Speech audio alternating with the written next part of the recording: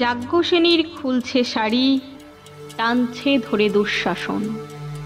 দায়ী ছিল যার গর্জে ওঠার, নিচু মাথায় সে 5 জন। দুর্যোধনের নগ্ন উরু, ইঙ্গিতে তার ধর্ষকাম। হস্তিনাপুর দেখছে বসে, ধ্বস্ত হতে তার সুনাম। অন্ধ রাজা সিংহাসনে আর্ত চেঁচান বৌমাতার। নিজের দলের নির্যাতনে সব রাজা হন নির্বিকার।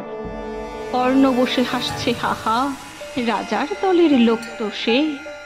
শর্তবিহীন সমর্থনে তাবৎ আরাম সুখ বসে। ভীষ্ম দ্রোণ কৃপ নীরব, সরকারি লোক হাজার হোক। রাজার কথাই তোমার কথা, তুমি যখন রাজার লোক। ফল শকুনি দেখছে সবই, বস্তুত সে ধ্বংস চাই। ঘরের মাটি লাল হয়ে যাক দেশ বিভাগের যন্ত্রণায়। সুশীল সভায় ঘটছে যখন রাজ অপরাধ জঘন্য, ঠিক তখনই তার বিরোধে চেঁচিয়ে ওঠেন বিকর্ণ। বিকর্ণ নন কেউ কেটা লোক, 100 ভাইয়ের একজনা। তেমন করে এর আগে কেউ তার কথাটাই জানতো না। যতগৃহে কারেন্নিরা, অন্তত তা নেই লেখা। ভীমকে যখন বিষ খাওয়ালো তখনও তার নেই দেখা। কিন্তু যখন প্রকাশ্যতেই কাড়ছে নারীর আব্রুকেও, স্তব্ধ জিভের চুপ সাগরে বিকর্ণ হন একলা ঢেউ।